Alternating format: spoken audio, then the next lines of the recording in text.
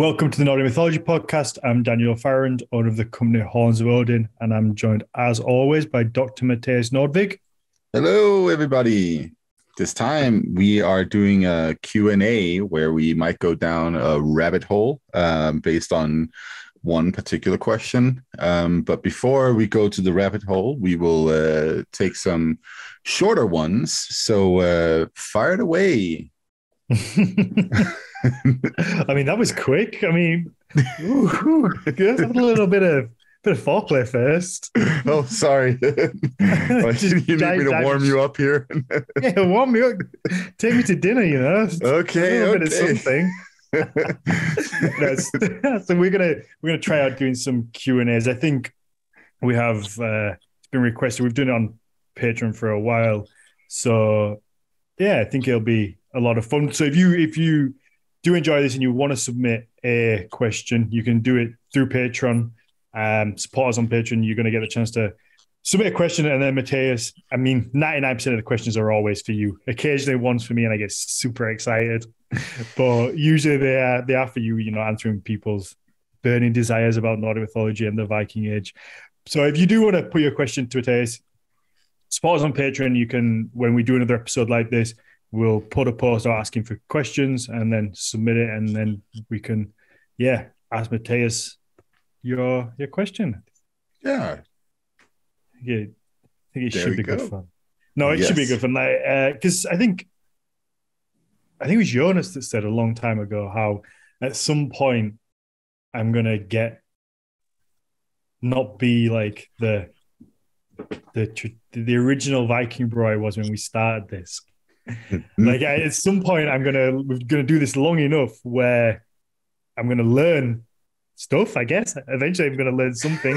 It might take talking about it 2, 3, 4 times for it to sink in, but eventually I'm gonna kind of get to a level where I'm not as naive as maybe I once was. So I think it's good to have this where other people can ask their questions that maybe I now miss or take for granted and just kind of overlook. Yeah. And also, I don't think that you've ever been particularly naive. You've been interested in learning. I think there's a big difference between those two things. And you also seem to be picking up pretty quickly. So like don't put yourself down too much, man. Now you're flirting. Now we're getting it going. Yeah, there we are. Just getting warmed up. I had a good teacher, Matthias, obviously. I mean, we've had some incredible blush. We've had some incredible guests on here. Should we just stop the podcast and do our own thing? Should we just get a room? Let's just scrap the podcast and we'll. No, it's been, it has been a lot of fun, and I've learned a lot. But I think it's important that we check back in because, again, I've said it a bunch of times in here. Every podcast is somebody's first episode. Every episode is someone's first episode. So everybody's on this different level of learning, and they might have a really kind of simple quote unquote question that we either missed or maybe we've not answered it, or maybe we didn't answer it enough, or again, people might not be able to find it. We've got hundreds of hours of us two talking out there now. So I think it will be good to let people ask. And let me mute this person who didn't read my little note that said, please turn your microphones and cameras off when you enter. But no worries. It's fine. I'm in a happy mood because now I have the power. I'm not going to kick you out like I could do. You sound like me when my students, they ask the same question 17 times from the syllabus.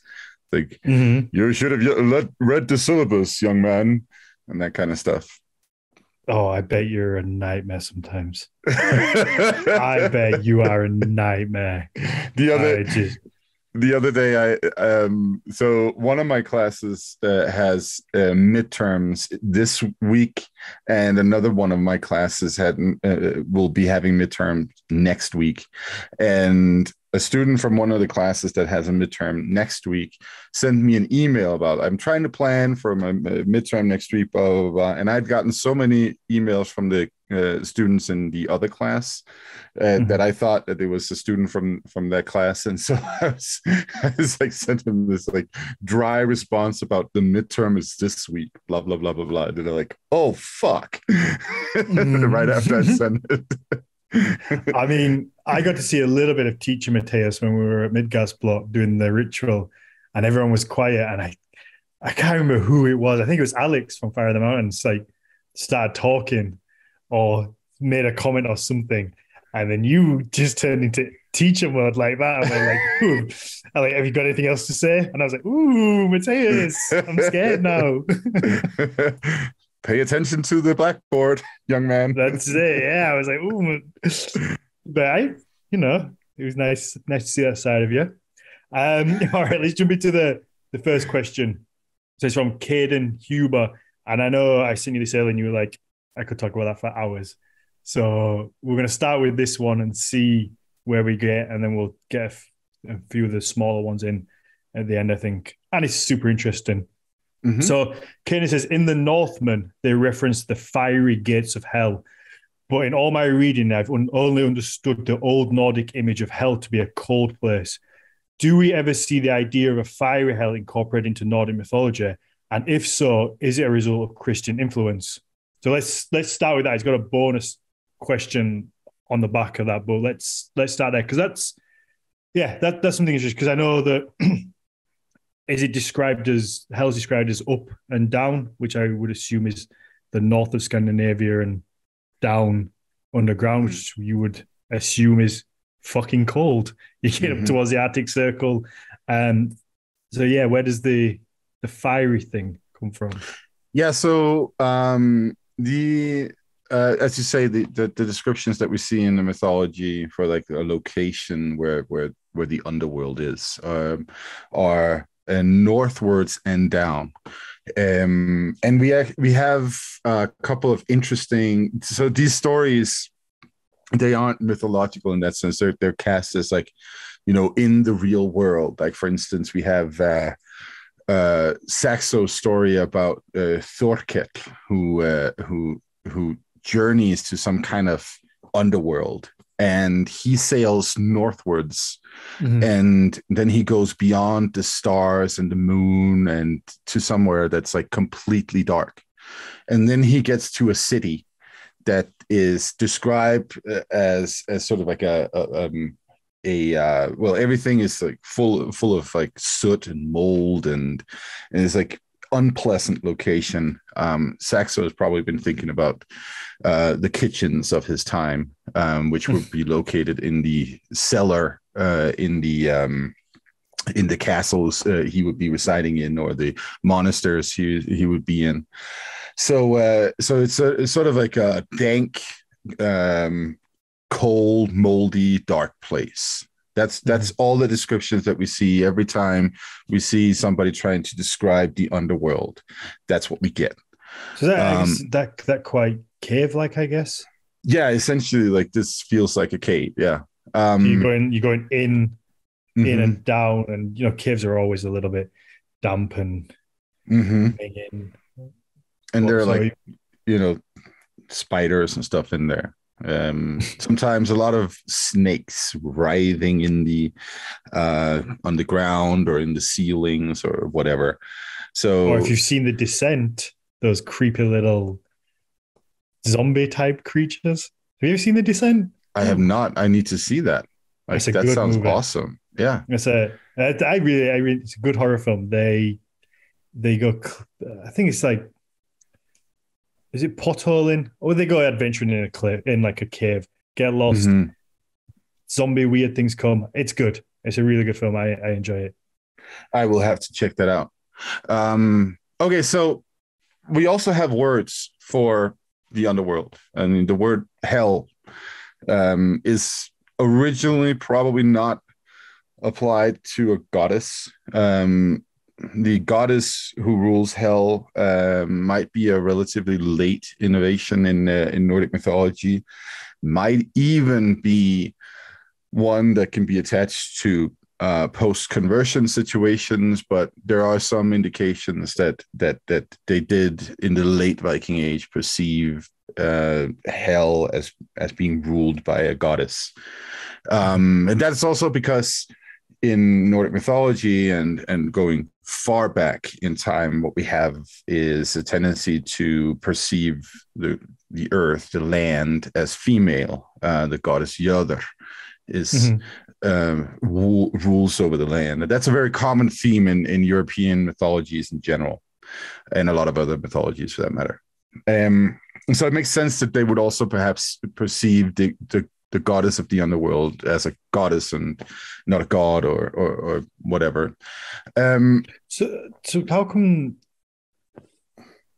it's, because that's different to like Greek mythology,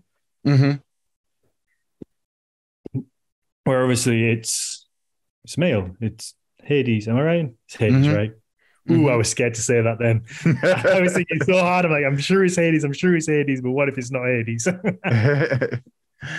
Yeah, but what you find in the Mediterranean, in Roman, Greek, and Mesopotamian mythologies, is actually sort of more stories that indicate both genders are present in the underworld. The story of how Hades kidnaps Persephone suggests, for instance, the presence of a female down there as well. Okay. It also really depends on which author on this matter that you're reading, and also I'm sure local traditions and inclinations, personal inclinations. A lot of things go into that because we also have Orcus as sort of a punisher in the underworld in Roman mythology. So there's a little bit of back and forth on all of that. And what it really means, what it really expresses, so to speak, is what kinds of concepts and ideas do we attach to the ground, right? And the whole complex of the myth of Hades and Persephone and Demeter is actually a story about fertility and the fertility of the fields and all of that. If you read Ovid, his Metamorphosis, then you definitely get that sense, because he is talking about a drought on Sicily that seems to have been the inspiration for his idea about the story. So that's just one example of how myths are used to make sense of our world, right? But if we go to the Nordic stuff, then hell, what I was getting at is that the word itself just means covered. It means something that is beyond our sight. The word hell it comes from the same root word as cellar, and it just means something underground, something that is covered. It does seem very cave-like then, because exactly. that's the only thing I can think of that would be a natural formation of the time that kind of fits. What we have in Western Europe and in Scandinavia is a tendency from the beginning of the Stone Age and onwards up until people become Christian to build burial mounds. And some of those burial mounds are communal burial mounds with openings that you go into, and then you place your dead in there. And sometimes you go in and you hang out with the dead and do things, rituals, whatever you want to call it, in there. So there's also a long-standing tradition in Northwestern Europe to use burial mounds as like the main image of the underworld as well, which explains why they're furnishing them in the Viking Age with all kinds of material, right? When somebody gets buried in a burial mound, sometimes there's a ship that goes with them. Sometimes they have horses, they have everyday items, they have weapons, they have hunting tools and all that. So do you think that's a belief similar to the Egyptians in that you take those items with you? It's not just like a show of the wealth of the person in life. It's more like you need these things over there. And what you actually find in a lot of the Viking Age graves in Scandinavia are means of transportation. So, I mentioned ships, but also wagons. There are horses. There are sometimes ice skates and shoes. An extra pair of shoes have been put down there. So that seems to indicate that they actually were thinking, well, the person will be leaving this location and go somewhere, probably northwards and then down to that location. And also the burial mounds that we see in the from the Stone Age and onwards, they might actually be inspired by the pyramid tradition in what is now Egypt and Sudan and elsewhere along the Nile, sort of as a way of creating monuments to the dead, and that spreads from there, and then it takes on its own local flavors depending on where it goes. So yeah, these burial practices seem to be very closely linked. There's something more to say about words, right? Because we also have Nippelhel and Nippelheimer, right? So these two words, Nippelhel is older than Nippelheimer in terms of like when it's being used. Nippelhel means the misty hell, right? So the misty covered world. So that's sort of a pleonasm. We're doubling up on the fact that we really can't see what's going on there. And then you have Nippelheimer, mist world, which shows up in Snorri's creation myth. And this is where it gets interesting, right? Because the idea of a fiery hell, an underworld full of sulfur pits and burning flames and all that stuff, that comes from the Mediterranean, and it moves into the north with Christianity. This is a very distinct sort of Roman Christian idea of the underworld.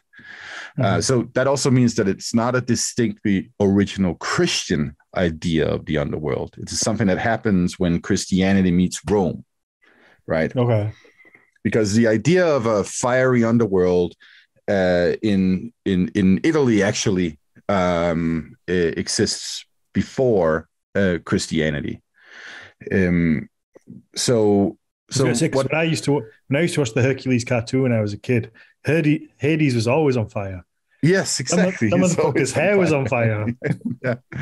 And you know what? There's a very distinct reason for that, and that's the prevalence of volcanoes on the Italian peninsula. We see a very, very distinct tendency to relate what happens in the underworld to that fire that comes out of Vesuvius and Stromboli and so on. So they see that, they make that connection, and boom, there you go. Now in the north, we don't see, Snorri doesn't try to create an underworld that is full of fire and sulfur pits, even though he lives in an environment that has even more volcanic activity than the Italian peninsula. What he does instead is that he takes Plato's philosophy of elements and how the elements have come together to create an inhabitable world, and then he places Nippelheimer as the cold world up north, and Muspelheimer, another word that he invents, seems like, at least, in the south. And then he attaches biblical ideas to Muspelheimer in particular. He says that Surtur, this fire giant that Icelanders would otherwise know from the underground, he sits at the end down there and guards the world with a flaming sword. And that is almost verbatim the sort of like from the cherubim in this story of Eden. So when Christianity meets Old Norse mythology, we don't get a fiery hell pit either. What we get instead is sort of like a theory of creation that circumvents God and ascribes natural processes to it instead. When we have then progressed historically into the late medieval period or high medieval period in the 13 and 1400s, that's when we see the fiery pits of hell showing up in Icelandic volcanoes. So, for instance, we start seeing this tendency to, actually, that's already in the 13th century.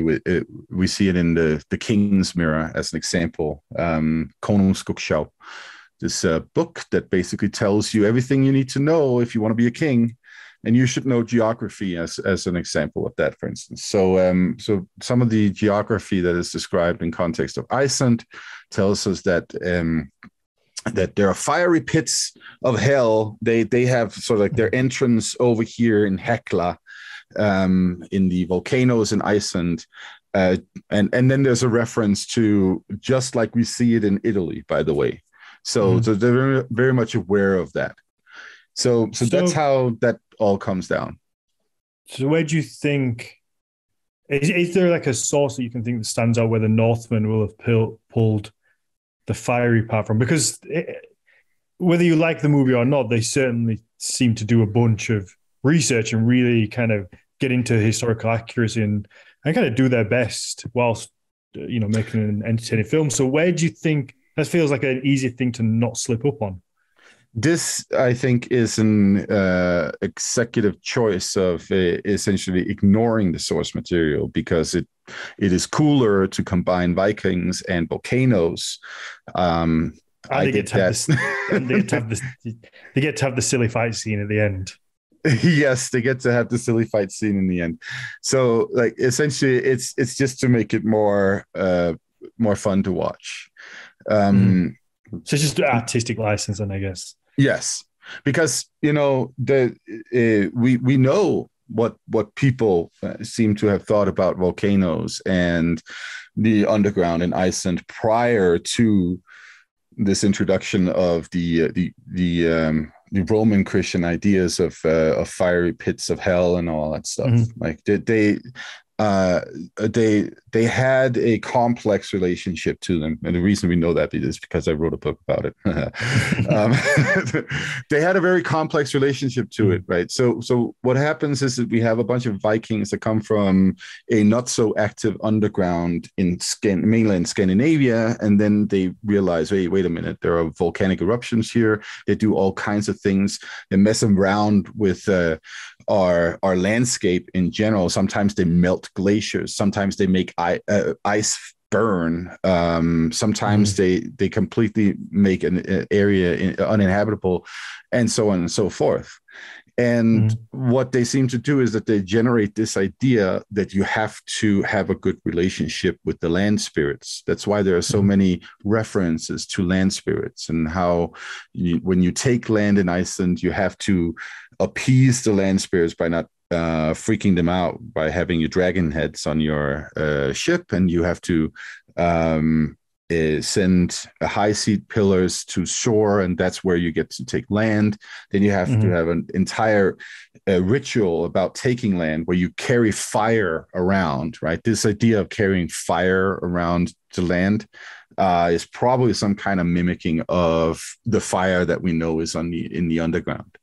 And all of this is, of course, post-rationalizations from the first settlers. The first settlers probably didn't do these rituals at all. But there's a developing culture where people are essentially trying to mitigate volcanic eruptions through rituals. And we also see that in the volcanic caves called Surtshellir. Caves, right? And they were formed in the early period of human habitation in Iceland, and there are these tubes that are created as the crust of a lava flow. The top of the lava flow becomes the crust, and then it's still flowing underneath, and that creates tube caves. And what do we have from the 950 to 70s, depending on how accurate the dating is? Well, we have actual sacrificial rituals that have taken place shortly after these caves were formed. We also have an instance mentioned in one text where somebody goes and composes poetry to the fire giant that lives in the cave. And then, lo and behold, we also have an actual poem about a fire giant that lives in the cave, but it's not directly attached to that situation. I mean, it does make pure sense right? if you strip yourself of all kind of modern knowledge, which isn't too difficult for me to do. If you just kind of put yourself back there, and you didn't know everything you know now, and you have this thing, this mountain that occasionally grumbles at you and spits steam out of it, and sometimes throws flaming lava or fire in the air. It's not hard to jump to the kind of thing of, oh, well, that actually could be something living in there. It could be a monster in there. And if you upset him, then he's going to fucking get you. Yeah. And you know what? When we go to other societies around the planet that have lived in the vicinity of volcanoes, what usually is the case is that there are at least stories that are basically like legends about a volcanic eruption at some point. But even more so, also a tendency to actually organize society in relation to the risk of volcanic eruptions. And that expresses itself in different ways. So, for instance, in Aotearoa or New Zealand, what we see is a number of Maori tribes who actually count their ancestral origin from volcanoes, and that means that the volcano is a person. Right.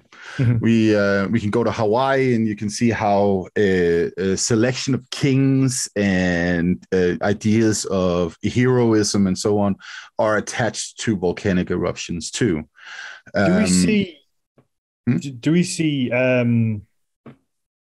This might be wildly racist of me, but I don't think it is. don't pull that face at me. No, I don't think it is.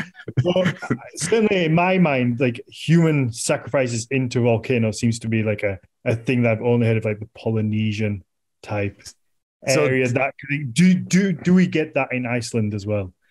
Do we see that kind of like the So the idea of human sacrifices to volcanoes is sort of a popular myth that has come out of overt English racism.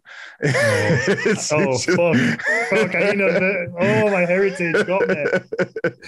I actually picked it up from Monkey Island, the game, so that's what I'm saying. Yeah, but that's the thing, right? You have these European explorers that come out to these societies, and maybe historically you have found some instances of human sacrifice in relation to volcanic rituals of some kind, but then that becomes sort of like a trope in descriptions of tropical peoples, right? And then the snowball rolls from there.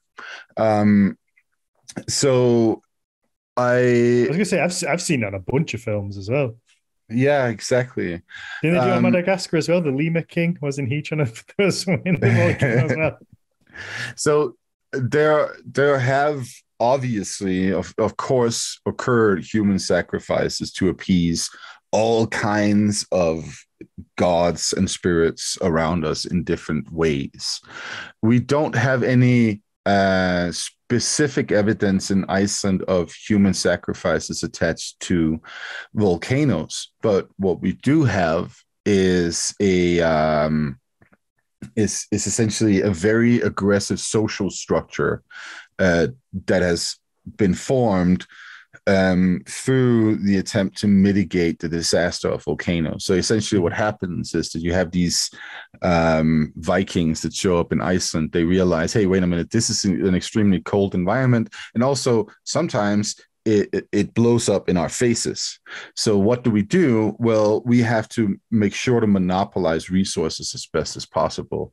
And that creates a very, very aggressive masculine culture in Viking Age Iceland that persists into the medieval period until the Norwegian king takes over, and then they don't get to do that any longer.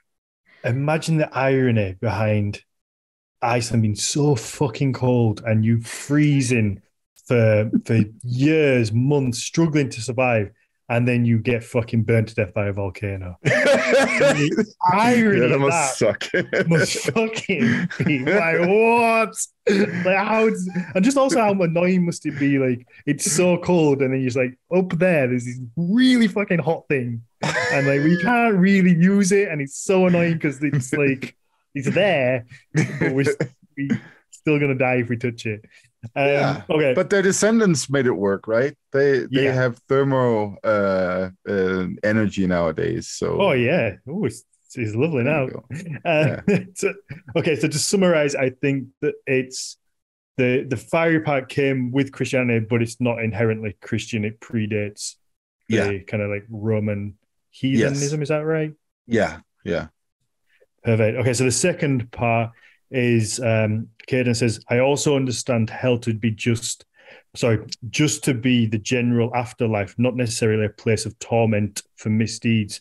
Is this is this also an idea, Breck, as we believe, only became incorporated through Christian influence, or do we have evidence to believe that hell was viewed by any old Nordic peoples in this way before? So my Yes. awful reading So, because I can't speak today. So to summarize, basically, I think he's asking if hell is, the fire, brimstone, evil part of mhm. hell.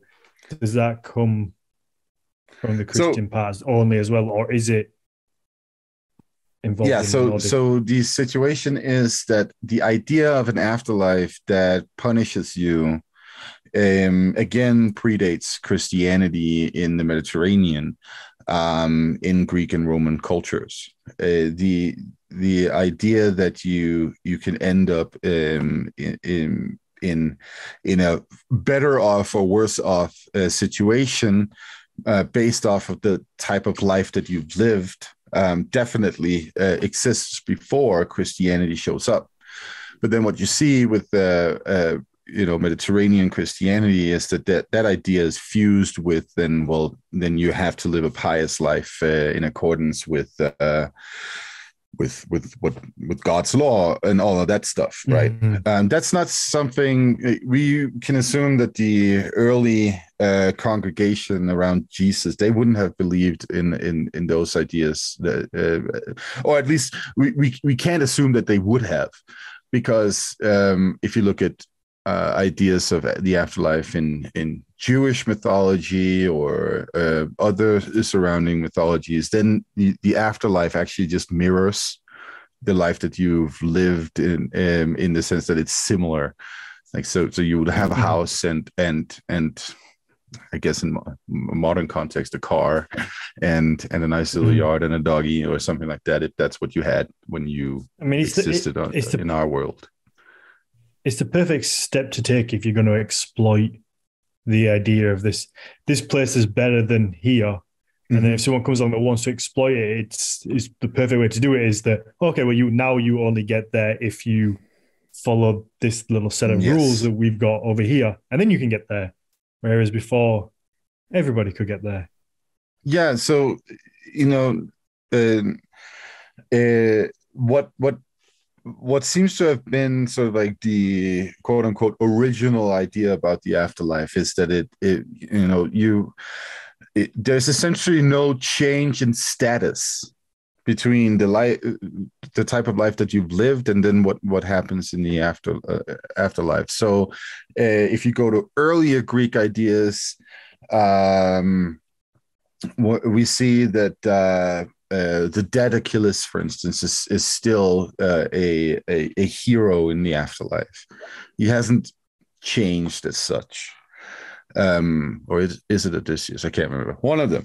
No, it's got to be Achilles, because I think it's Odysseus who meets him. Anyway, the point is though that it just seems to mirror the life that has been lived. And if we go to the north, right, and we go to the Viking Age, and we see what people put into graves there, it seems to be the same, right? It seems to be that if you're a warrior, then you're buried with your warrior gear, and you're probably assumed to show up as a warrior in the afterlife.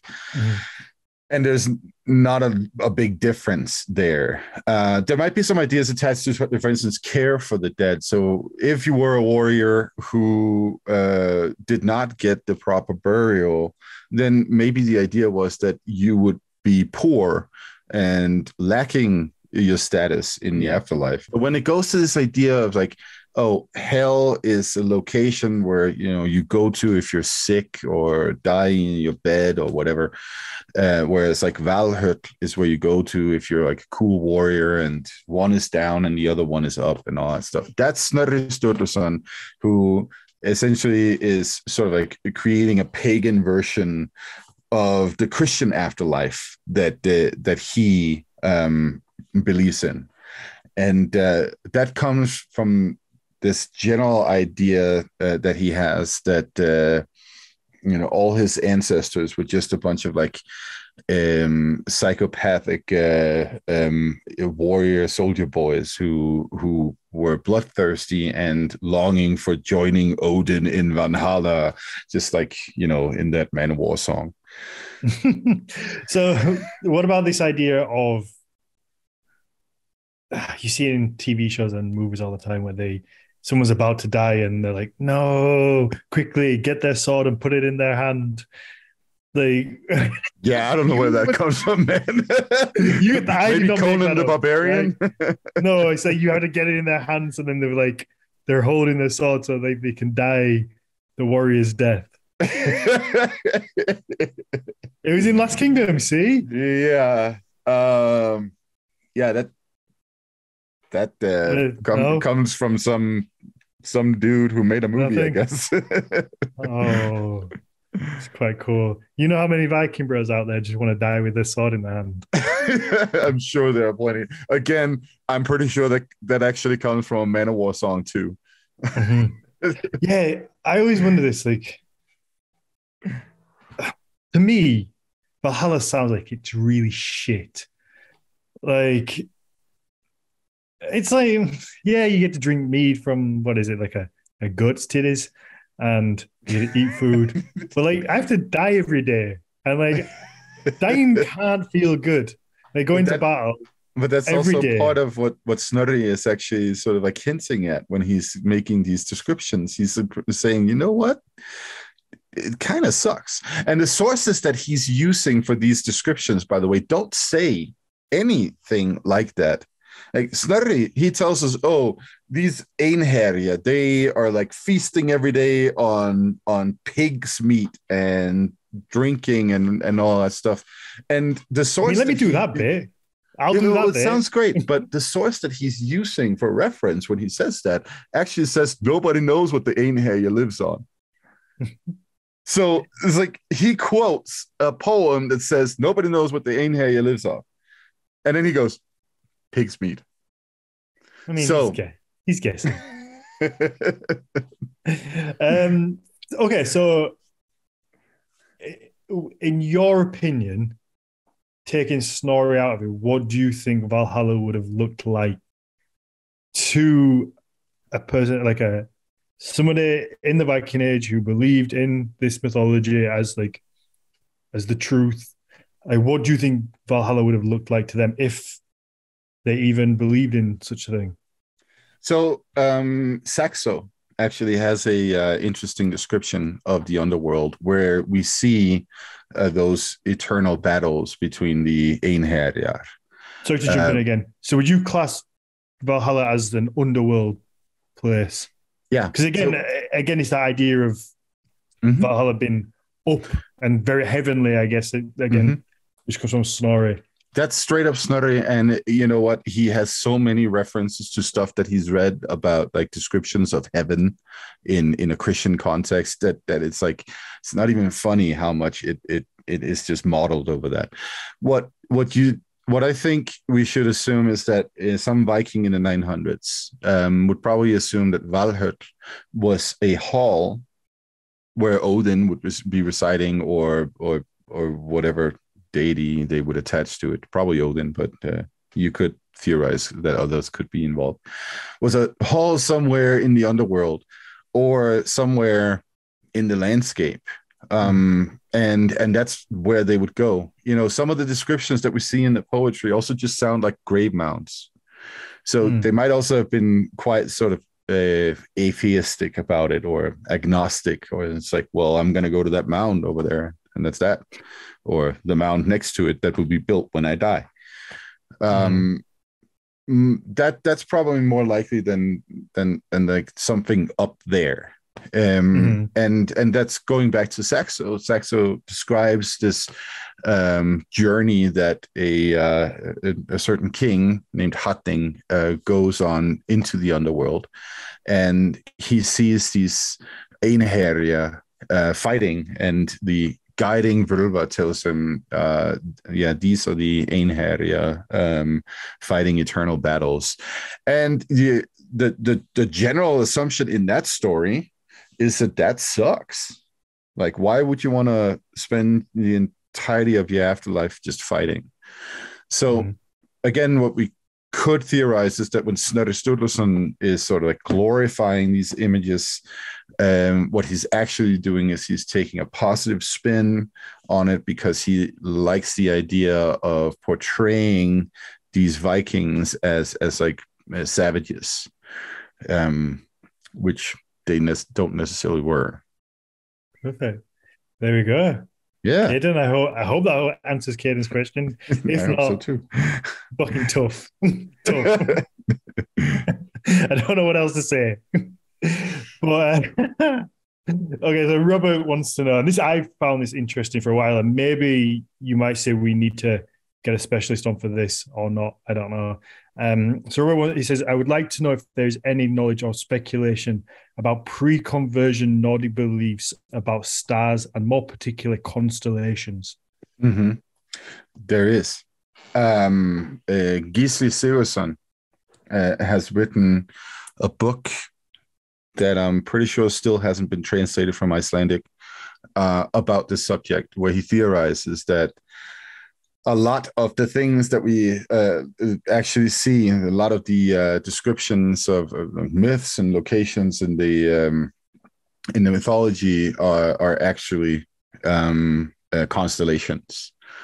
There is an article written in English on the subject, also by Gisli Sigurðsson, and I think it's from 2014. Can't remember the title though, but if you Google something like Old Norse mythology constellations Gisli Sigurðsson, then you're probably going to get that. Okay. So is this someone we can reach out to try and get on the podcast?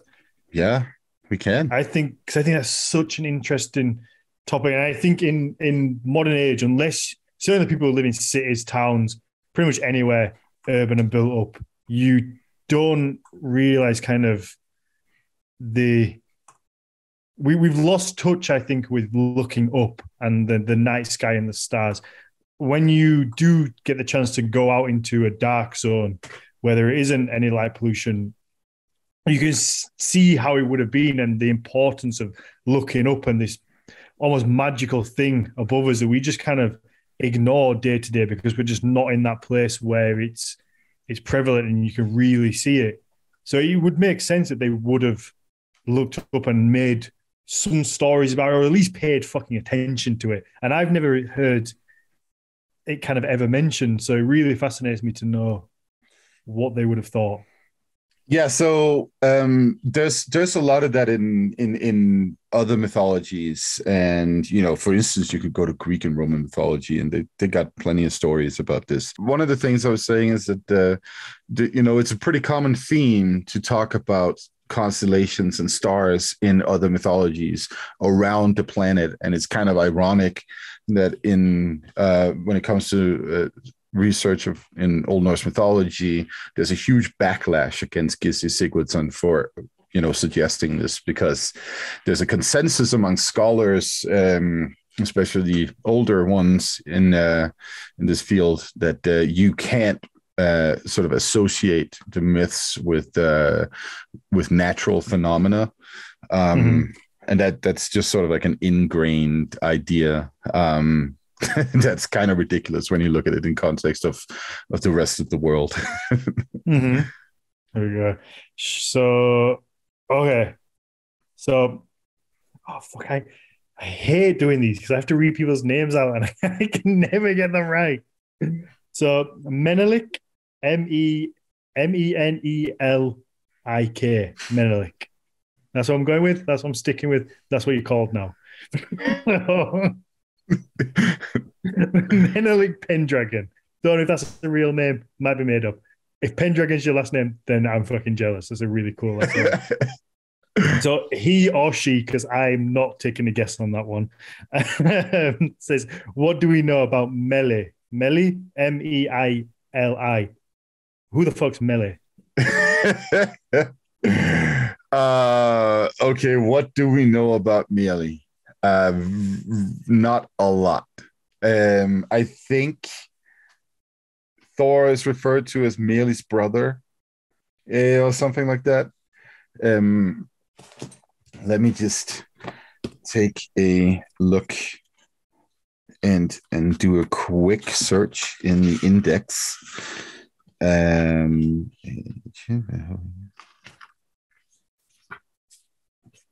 remember my alphabet. Okay. So I mean, it's that much that I've never even heard of it. So we've clearly never covered it before. So Melee is some unknown brother of Thor, and therefore also a son of Odin, and shows up in a couple of kenningar, and actually in one kenning for Heinir. So maybe they are the same figure, but yeah, he is not mentioned often in the literature. Mm-hmm. Yeah, Herstlong has a reference to Melee. So the mountain wolf asked Step Melee to share out to him his fill from the holy table. So that's a giant that is talking to Heinir. That's sort of the reference there. 89. We have another reference to Melee in another skaldic poem. Boom, boom, boom, boom. Yeah, that's Thor. Melee's brother's rage swelled. So that's a reference to Thor getting pissed off.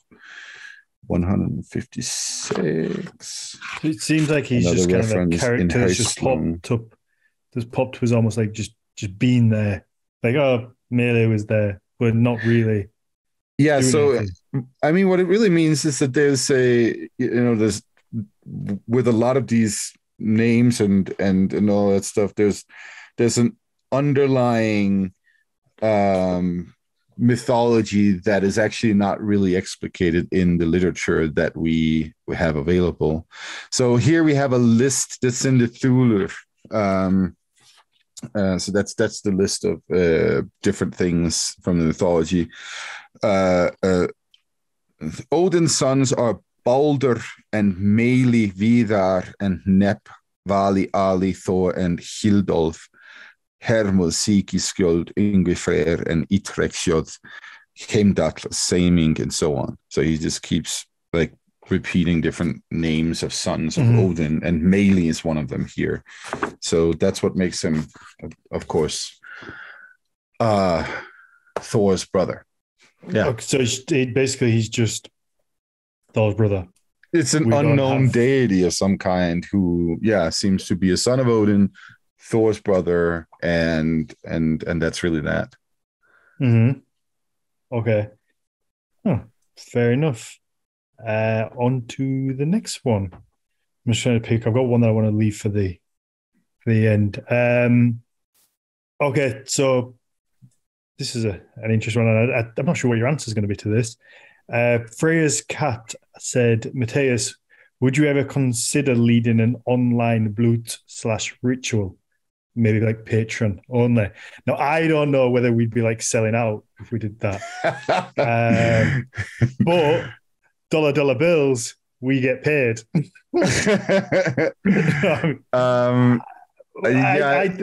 But yeah, how do you feel? No, I wouldn't.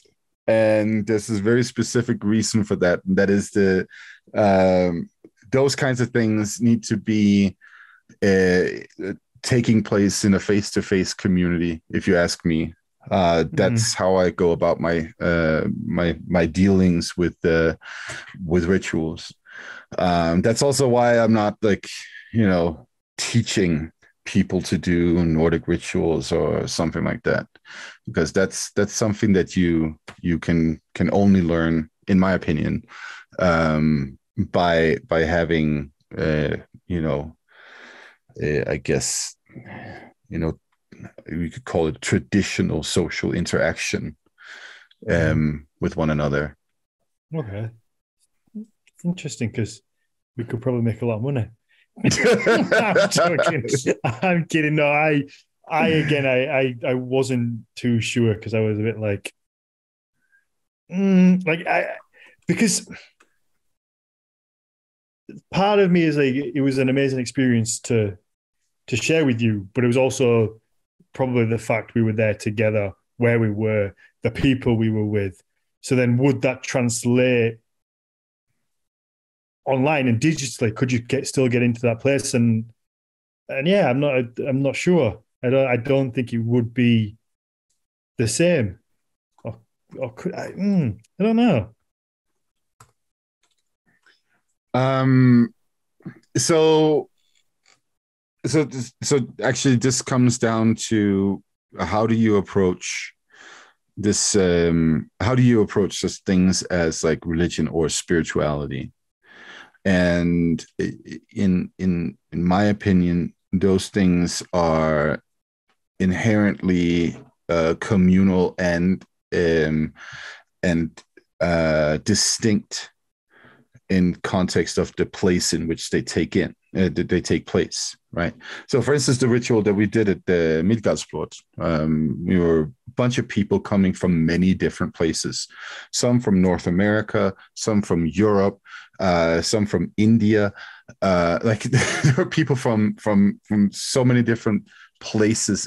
Bob says, when will we see the coconut bikinis?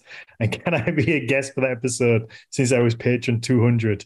Um, you can only okay. You can be a guest if you're going to wear the coconut bikini. That's the rule. So anybody who wants to guest with us on coconut bikini episode has got to wear it. And I think we both had a bunch of shit going on recently, but I think we're out of the woods now, and we can we can get it going. I think let's set ourselves in like in the next few episodes. We've got a coconut bikini up. I'm good. You good? Yeah, thumbs up. I'm on board with that. Absolutely. Okay, and then yeah, in the next couple of episodes, we will coconut bikini, and we'll get it done because I feel like yeah, we've waited. People have waited a long time for the coconut bikini, and if you don't know what we're talking about, there's a bunch of episodes in the past, but I think the best explanation of it is probably with Alexander Drummond, which is an insane thing to think that that's the best episode we have of us explaining why we're going to wear coconut bikinis. I mean, technically, he said he was going to be joining us for that.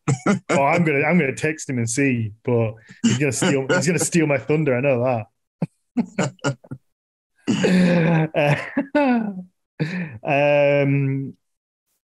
So let's jump into okay. So Witch on the Corner said, Matthias, what made you decide to teach in the USA and Boulder specifically? Job availability. Yeah. Is it just that simple of just what's available? Yeah, I was applying for some jobs. I was turned down by the University of Illinois in Urbana-Champaign, which I am ever so thankful for, because that's just like this like flat cornfield kind of hell.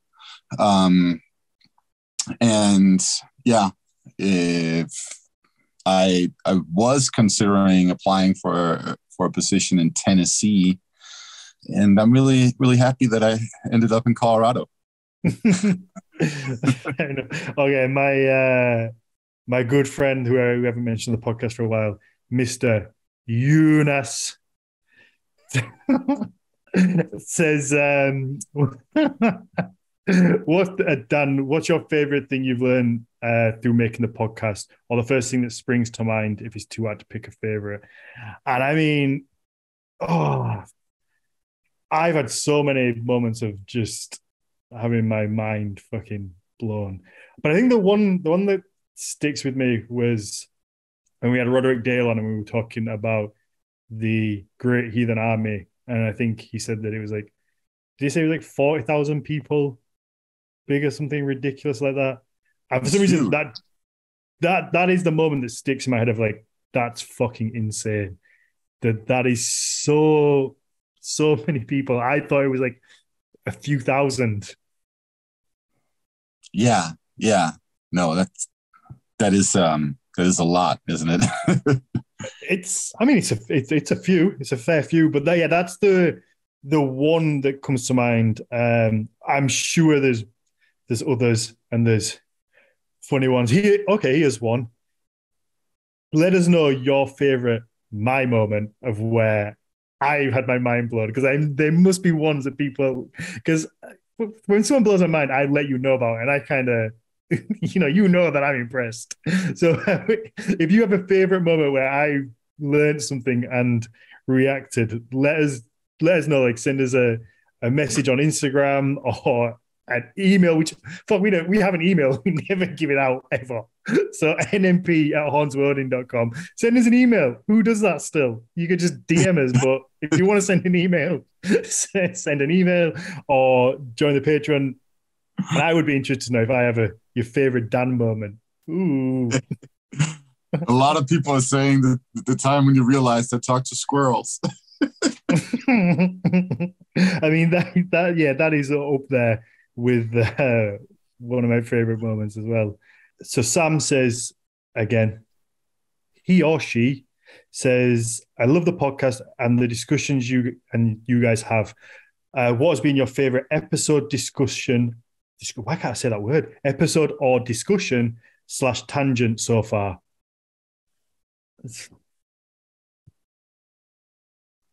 So yeah, do you have a favorite episode? I mean, I have favorite guests that we just kind of click with and kind of get on with, and are really easy to talk to. Sophie says the tangents about dicks. I feel like we haven't gone off on a dick tangent in a while. I feel like I've become less smutty as we've gone along. Well, there is the scrotum, Odin's scrotum. Scrotum. Yeah, that might be one of. Speaking of dick tangents. Mm-hmm. Yeah, the Crotum episode, if you haven't listened to that, go back and listen to it with I can't remember what we titled it. It was with Sophie Dragu Scald. Go back and listen to that. That episode is probably the hardest I've laughed in an episode. I was in pieces. One of my favorite topics, I think, was the Blood Eagle with Luke John Murphy. That I found fascinating. Is something that I use all the time. But I mean, we've had, if you actually look back at our list of guests, we've had some fucking phenomenal guests. Mm-hmm. Definitely, yeah. And then like I would say, like, blanket statement with regards to our episodes. The ones that I generally enjoy the most are the ones where I learn something new or get my knowledge on something expanded upon. So that's sort of like an overall. Yeah, I mean that. I mean, I can join you in that because that happens every week to me. So I can just sit here and like, no, I think we've been lucky with guests. It's very rare do we have a guest on that I feel like, this is a fucking slog. And it does happen. I'm not going to name any names, But sometimes you do get a guest where it's just like, oh, give me something. Like I can't pull like everything from you, like just talk. But then like we get guests like Amelia Lorenzen, and it's just so easy. And Benny Bratton last week. Like it's just so easy to talk and it's back and forward conversation. And I assume that's so much better for people to listen to as well. Mm-hmm. Yeah. No, I really have enjoyed those episodes myself. Perfect. Let's wrap this up. I'm gonna go play board games. Enjoy. I will. Yes, if you enjoy the show, I thought you were going to get a little more hyped about my board game playing, but if you want to be like that, be like that. If you want to downplay it, downplay my coolness, whatever. It's like indie board games. It's not fucking Cluedo or Monopoly. It's like really cool. I'm sorry, but like honestly, I just don't understand games. Like I don't understand board games. Don't understand games with dice. I'm like incredibly boring that way. I'm like, oh, we'll have to play. No, so we play like board games. Like there's one called Zombie Side, which is very cool. Or like just little. There's like one called Coup, which is cool. Where you get like cards and like different character things on them, and yeah, it's just like just an excuse for us to drink and hang out and have fun. Yeah, we just like tabletop gaming maybe rather than the board games might be a better way to know it. Still like for me, I don't understand. Like no. I don't know what it is. Like, just fair enough. Next time we meet, we'll play some games. All right. All right. If you enjoy the show, please take a minute to leave us a 5-star rating and positive review wherever you get your podcasts. Obviously, you can support us and follow us on Instagram, just at Nordic Mythology Podcast. The same on Facebook. We have our Facebook group, again, just Nordic Mythology Podcast. And if you can, please take a moment to check out the Patreon. And if you can, please support over there. You're going to get episodes. I think we're like releasing 3 weeks ahead of time on Patreon to general release now. You're also going to get opportunities to ask us questions in episodes like this, and we're going to be introducing more educational videos that Matthias makes and just a bunch of other goodies. And you also, we're bringing story time back. Jonas wants to start story time again, which is one of my favorite things we've ever done, ever. The story time episodes always went down well. So there'll be a lot of fun to start up again. A lot of exciting things. So yeah, if you can, just go check out the Patreon, and again, it helps us keep growing and employing people to help us, so we don't have to do everything. Matthias, where can people find you? You should definitely go check out my new revamped website. There's a bunch of information, including a sort of like a list of book suggestions for Viking Age, Old Norse mythology, and also a little bit on runes. So go check that out. And otherwise you can find me on Instagram. Perfect. There you go. So you can find me on Instagram, Daniel_Farron1. Unfollow Matthias. Follow me on the train to get ahead. And then, competition now, huh? No, I'm way too far behind. Obviously, if you can check out the company at Hornsvoting, hornsvoting.com. And yeah, just thank you very much for the support. We love doing this, and thank you for sticking with us. Yeah, peace. Thank you. All right, thank you very much, everybody. Have a good day. Hope you enjoyed. I'm gonna go play some games. Have fun. Bye.